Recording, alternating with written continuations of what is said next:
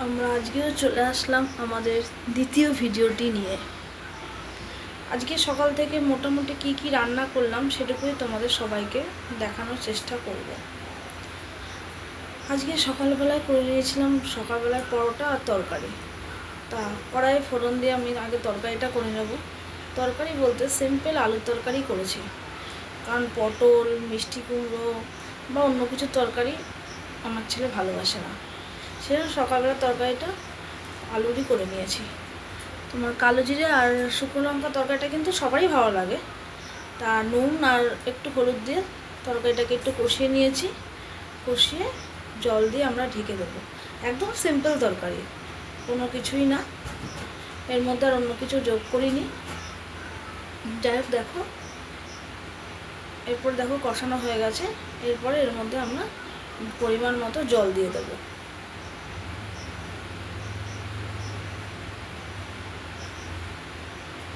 জল দেওয়া হয়ে গেলে এবার তরকারিটা খানিকক্ষণ আমরা কিন্তু ঢেকে রেখে দেবো। তরকারিটাকে ঢেকে রেখে দিয়ে আমি এর মধ্যে দেখো সকালে পরোটার জন্য আটা মেখে নিয়েছি। আটাটা মাখা হয়ে গেল, আটা মেখে লেচি করে নিয়েছি। লেচি কাটা কমপ্লিট হয়ে গেছে। এর মধ্যে দেখে নেবো আমাদের তরকারিটা কতদূর হলো। তরকারিটা যদি হয়ে যায় আমরা তাহলে তরকারিটাকে নামিয়ে নেব। নামিয়ে নিয়ে তারপরে পরোটা করব। এই যে তরকারিটা দেখতে পাচ্ছি, তরকারিটা আমাদের হয়েই গেছে। যাই হোক, একটুখানি সামান্য চিনি দিয়ে নেব। চিনি দিয়ে নেড়ে চেড়ে আমরা তরকারিটাকে কমপ্লিট করে ফেললাম। এইবার আমরা পরোটাটা করে ফেলব।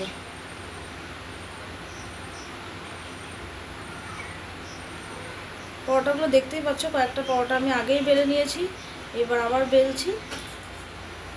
পরোটাগুলো একবারে বেলে নিয়ে তারপরেই ভাজবো, তাহলে কি হয়, সুবিধা হয়। এক এক করে বেলা ভাজতে করতে গেলে অনেকক্ষণ টাইম লেগে যায়। যাই হোক, চাটুতে তেল দিয়ে নিয়েছি আমি। অল্প অল্প তেলেই পরোটাগুলো ভাজবো, ছাকা তেলে ভাজবো না। সেই জন্য আমি এই ননস্টিকের তাওয়াতেই ভাজবো। এটাতে ননস্টিকের তাওয়াতে ভাজলে তেলটাও কম লাগে, আর পরোটাগুলো কি হয়, ছাকা তেলে হয় না, খেতেও স্বাদ লাগে। পরোটার মধ্যে অবশ্য আমি একটু নুন মিষ্টি আটাতে মাখার সময় দিয়ে নিয়েছি। এবার দেখো এক এক করে সুন্দর করে অল্প অল্প তেলে কিন্তু পরোটাগুলো সুন্দর ভাজা হয়ে যাচ্ছে। আর এই তাওয়াতে করলে কি হয়, তাওয়াটা পড়েও না, আবার মাছতেও খুব সুবিধা হয়। এই দুটো দুটো করে আমি করে নিচ্ছি। দেখো এক এক করে সবকটা পরোটাই আমার মোটামুটি কিন্তু ভাজা হয়ে যাবে। এখন কেউ খাবার নেই, সুতরাং আমি ভেজে রেখে দেবো। ছেলে স্কুল থেকে আসবে, তারপরে সব এক এক করে খাওয়া। দেখো পরোটাগুলো আমার সবকটাই হয়ে গেছে। পরোটাগুলো দেখো কি সুন্দর নরম হয়েছে, দেখেছো? এটা আর একটা কথা বলি, এটা কিন্তু রেশনের আটা। অনেকে রেশনের আটাতে ভয় পায়, কিন্তু দেখো রেশনের আটা দিয়ে আমি পরোটা করেছি আজকে, কি সুন্দর নরম হয়েছে। যখনই খাও না কেন পরোটাটা কিন্তু নরম পাবে, কোনো শক্ত বা ছেঁড়া যাবে না এমন না। তাহলে সকালের টিফিন তৈরি, সকালের খাবার রেডি। এবার আসি আমরা মেন রান্নাতে। আজকে তোমাদেরকে করে দেখাবো মাছের ডিমের দুটো রেসিপি। প্রথমে দেখো একটু গরম জলটা ফুটে নেওয়ার পরে তার মধ্যে আমি মাছের ডিমটা দিয়ে দিয়েছি, দেখতেই পাচ্ছ। এর মধ্যে সামান্য নুন দিয়ে 5 মিনিট আমি এইটাকে একটু সিদ্ধ করে নেব। দেখো এর মধ্যে আমি একটা গোটা আলুও কিন্তু দিয়ে নিয়েছি। যখন 5 মিনিট হয়ে যাওয়ার পরে গ্যাসটা বন্ধ করে খানিকক্ষণ রেখে দেবো। দেওয়ার পরে ঠান্ডা হলে এটাকে আমরা তুলে নেব। 5 মিনিটের বেশি রাখা যাবে না, তাহলে কিন্তু শক্ত হয়ে যাবে, আর এটাকে তখন কোনো কিছুই করা যাবে না। দেখো আলুটা ওর সাথেই দিয়ে নিয়েছি, দিয়ে সিদ্ধ করে নিয়েছি। যেহেতু ওর সাথে মাখবো, সেই জন্য ওর সাথে আমি সিদ্ধ করে নিয়েছি। এইবার ঠান্ডা হয়ে গেলে আমরা হাত দিয়ে ভালো করে আলুটাকে আর ডিমটাকে চটকে নেব। দেখো একটু করে আলতো আলতো করে মেখে নিচ্ছি, মাখা হয়ে গেছে। এবার এর মধ্যে দেব লঙ্কা কুচি, পেঁয়াজ কুচি, রসুন কুচি আর আদা কুচি। এটা দিতে দিতে দেখো এটা দিয়ে মাখবো আমি। এইবার তোমাদের যদি মনে হয় যে এটা মাখার পরে আমাদের তাও একটু আটো হচ্ছে না, তখন সেক্ষেত্রে আমরা একটু বেসন সামান্য দিলেও দিতে পারি। এর সাথে আমি একটুখানি নুন আর হলুদ মিক্স করে দিলাম। দেখো মাখার পরে এবার আমি একটা একটা করে বড়া ভেজে নিচ্ছি। এটা সিদ্ধ করে নেওয়ার কারণটা কি বলতো, সেদ্ধ করে নিলে কি হয়, একটা মাছের যে কাতলা মাছের ডিমের যেটা আষ্টে গন্ধ থাকে, সেই গন্ধটা কেটে যায়। আবার অনেক সময় খাওয়ার সময় আমাদের যে ছিবড়ে ছিবড়ে ভাব হয়, সেই ভাবটা হয় না।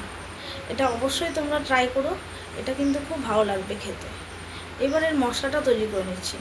দেখো সবার প্রথমে আমি মিক্সিং জারে দিয়ে দিয়েছি একটা রসুন, একটা না 2-4 কোয়া রসুন দিয়েছি, একটা পেঁয়াজ কুচি, একটু আদা সামান্য, একটু টমেটো, আর দেখো একটু শুকনো লঙ্কা দেবো। শুকনো লঙ্কা আমি দিই না, কিন্তু আজ লঙ্কাটা আমার ঘরে কম আছে সেই জন্য একটু শুকনো লঙ্কা দিলাম। ফোড়নে কী দেবো দেখো, দারচিনি, এলাচ, শুকনো লঙ্কা আর জিরে। ওদিকে পেস্টটা করতে দিয়েছি আর এদিকে আমি ফোড়নটা দিয়ে নিলাম। যেহেতু মাছ ভাজার তেল ছিল, মাছের বড়া ভাজার তেল, ওই জন্য দেখো তেলটা দিয়ে ওই ফেনা ফেনা হচ্ছে। বড়া ভাজলে কিন্তু একটু ফেনা ফেনা হয়। এবার আমরা এর মধ্যে দিয়ে দিলাম একটু পেঁয়াজ কুচি। পেঁয়াজ কুচিটা হয়ে গেলে আমরা যে মশলাটা বেটে রেখেছিলাম সেটাকে এর মধ্যে দিয়ে দেবো, দিয়ে আস্তে আস্তে কষাবো। কষাতে কষাতে দেখো আস্তে আস্তে তেলটা ছেড়ে দিচ্ছে। মাছের ডিমের আর একটা রেসিপি আমি তোমাদেরকে দেখাবো আজকে, এরটার পরে দেখবে মাছের ডিম আসলে পরে যদি সমস্যা হয় যে কী করব, মাছের ডিম এরকম করে করলে সবারই খেতে ভালো লাগবে।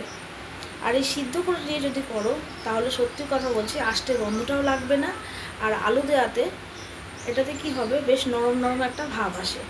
দাঁতে দিলে অনেক সময় হয় কি, অনেকেরই দাঁতের মধ্যে কচকচ করে, অনেকে এই জন্য মাছের ডিমের বড়া খেতে চায় না। কিন্তু এইভাবে করলে পরে আমি বলছি আষ্টে গন্ধটাও আসবে না, আর এটা খেতেও খুব সুন্দর লাগবে। দেখো কথা বলতে বলতে মশলাটা আমাদের কষে গেছে। এইবার এর মধ্যে খানিকটা জিরে আর ধনের গুঁড়ো আমরা দিয়ে দিলাম, দিয়ে এবার মশলাটাকে আমরা আবার কষাবো। দেখো মশলাটা দিয়ে কিন্তু সুন্দর তেল ছেড়ে দিয়েছে, আর কষাতে কষাতে কিন্তু এর রঙটাও খুব সুন্দর চলে এসেছে। এবার আমরা এর মধ্যে দেবো নুন আর একটু হলুদ দিয়ে আরেকটু আমরা কষিয়ে নেব। এই সময় কিন্তু একটু জল ব্যবহার করতে পারো যাতে মশলাটা তলায় ধরে না যায়। দেখো যত কষানো হচ্ছে তত কিন্তু সুন্দর একটা কালার বেরোচ্ছে। আমি এক্ষেত্রে আরেকটুখানি সামান্য জল দিয়ে দিলাম যাতে মশলাটা একটু ভালো করে কষে যায়, আর জিরে ধনে বা মশলার কোনো কাঁচা গন্ধ যাতে এর মধ্যে না থাকে। দেখো কষাতে কষাতে দেখো একটা সুন্দর লাল রঙ চলে এসছে। এইবার আমরা একটু দিয়ে নেব সামান্য চিনি। চিনিটা আমি দেখেছো নিশ্চয়ই সব তরকারিতে একটু করে দিই, চিনি দেওয়াটা আমি একটু পছন্দ করি সেই জন্য দিই সামান্য পরিমাণে। দিয়ে এবার আমরা দিয়ে দেবো পরিমাণ মতো জল, যেটুকু জল আমাদের দরকার হবে সেটুকুই দেবো। এক্ষেত্রে গরম জলটা দিলেই ভালো হয়, তাছাড়া যেটা খুশি সেটাই দিতে পারো। আমি পরিমাণ মতো জল দিয়ে নিলাম, দেখো জল দিয়ে দিয়েছি। এবার একটু জলটাকে আমরা একটু হালকা ফুটিয়ে নেব। এই সময় অবশ্যই তোমরা নুন মিষ্টির ঝালটা চেক করে নেবে, যে যেরকম ঝাল পছন্দ করো। দেখো যখন ঝোলটা ফুটে এসছে আমরা তখন ওই ভাজা ডিমগুলো দিয়ে দিলাম। 3টে ডিম আমি রেখে দিলাম, ওটা খাওয়ার সময় ছেলেকে দেবো ওই জন্য। এইবার দেখো পাশে নিশ্চয়ই দেখতে পাচ্ছ আর একটা রেসিপিও হচ্ছে, সেটা আমি তোমাদের পরে বলছি। এটার সাথে সাথে দুটোই আমি একসাথে করেছি, কিন্তু এটা আগে বলে নিই তারপরে ওইটা বলবো তোমাদেরকে। দেখো ফুটে যাওয়ার পরে এই যে বড়াগুলো দিয়েছি, এবার আমরা 5 মিনিট মতো গ্যাসের ফ্লেমটা বাড়িয়ে দেবো, দিয়ে এটাকে একটু ফুটতে দেবো। 5 মিনিটের মধ্যেই হয়ে যাবে, যেহেতু গরম জল ছিল আর সমস্ত মশলা আমাদের রেডিই ছিল। যাই হোক হয়ে গেছে। এই ক্ষেত্রে সব দেখে নেবে নুন ঝাল মিষ্টি ঠিক আছে কিনা, দেখে নিয়ে আমরা বাটিতে নামিয়ে নিয়েছি। আমাদের মাছের ডিমের বড়া রসা কিন্তু রেডি। এইবার দেখো আর একটা, যেটা ওই যেই ডিমটা আমরা নিয়েছিলাম সেইটা দিয়েই করব। যে ডিমটা আমরা নিয়েছিলাম মেখে রেখেছিলাম সেইটা দিয়ে এটা করব ডিমের ভাপে। বাটির মধ্যে আমরা তেল লাগিয়ে নিয়েছি, নিয়ে ওই যে মাখা যে ডিমটা ছিল সেটাকে আমরা এই বাটিতে দিয়ে দেবো। ভাপেটা আগে তোমরা খেয়েছো কিনা জানি না, যদি না খেয়ে থাকো অবশ্যই বাড়িতে ট্রাই করো, খেতে কিন্তু সুন্দর লাগবে। আমি করেছি, আমার ভালো লেগেছে।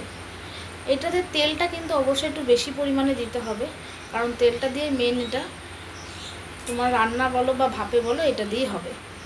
এটা তোমার মাখার সময় দেখেছো নিশ্চয়ই, এর মধ্যে দিয়েছিলাম হচ্ছে আদা কুচি, লঙ্কা কুচি, রসুন কুচি, নুন হলুদ আর পেঁয়াজ কুচি দিয়ে, এর মধ্যে তোমরা যদি চাও 2-4টে লঙ্কা কুচি করে দিয়ে নিতে পারো।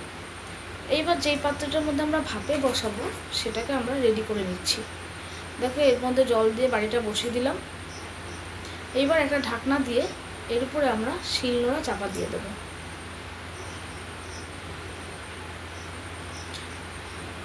বেশি লাগবে না, 15 থেকে 20 মিনিট যদি তুমি ভাপে রেখে দাও এটাকে, দেখবে জিনিসটা হয়ে গেছে।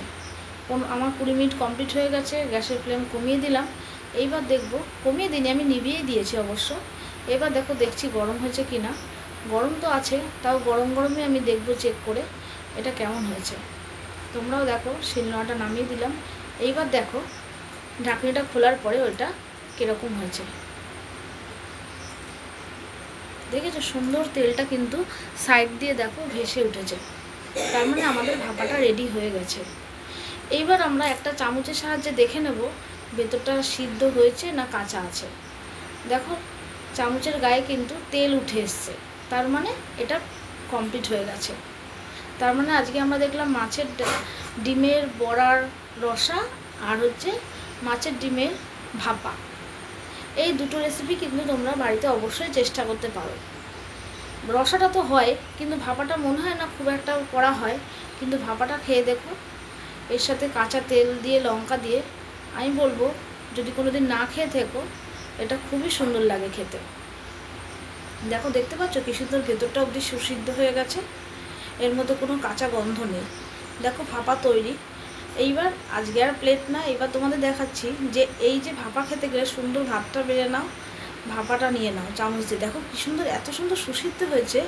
এইবার এর মধ্যে দিতে হবে কাঁচা তেল। কাঁচা তেলে কিন্তু কার্পণ্য করলে হবে না, মোটামুটি একটু বেশিই দিতে হবে। দিয়ে কাঁচা তেল দিয়ে আর কাঁচা লঙ্কা দিয়ে মেখে খেলে পরে আর একটু সামান্য নুন। এর সাথে আর একটা জিনিস তোমরা নিতে পারো, লেবু। লেবুটা আমার ঘরে ছিল না, লেবু দিয়ে মেখে খেলে আরও দুর্দান্ত লাগতো।